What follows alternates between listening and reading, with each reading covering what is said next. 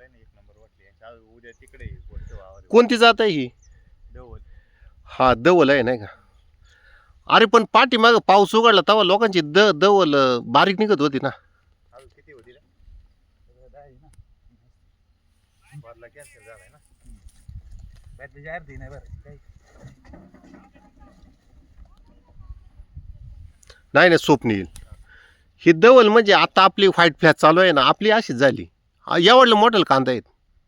यांची शिपणी ती राही ना व्यवस्थित आहे. अरे आपली फुलवर बघ तू, म्हणजे काय झालं, पाऊस उघडल्यानंतर म्हणजे पाऊस उघडले ज्यांची चालू होती ना त्यांचं कांदा फुगलं नाही, त्यावेळेस आपली दवल होती. पण आता आपली व्हाईट फ्लॅश आहे ना, आता पाऊस उघडले किती दिवस झाले, अरे एवढं मोठं कांदा आहेत. हा बघ एवढलं मोठं. ते पण त्याचं यांनी मॉलला दिली काही.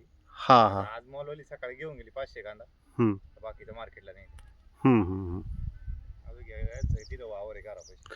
पण बाजार थोडी रिवर्स झाली रे. माग ते बारीक कांदा होतं तेव्हा लय बाजार होते 200च्या पुढं.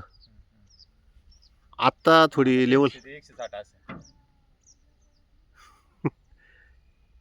हे तामटं नेले आम्ही, तामटं मागं आणल्यात. का बरं? घेतच नाही कोणी, बाजारच नाही म्हणते. टोमॅटोला काय बाजार आहे?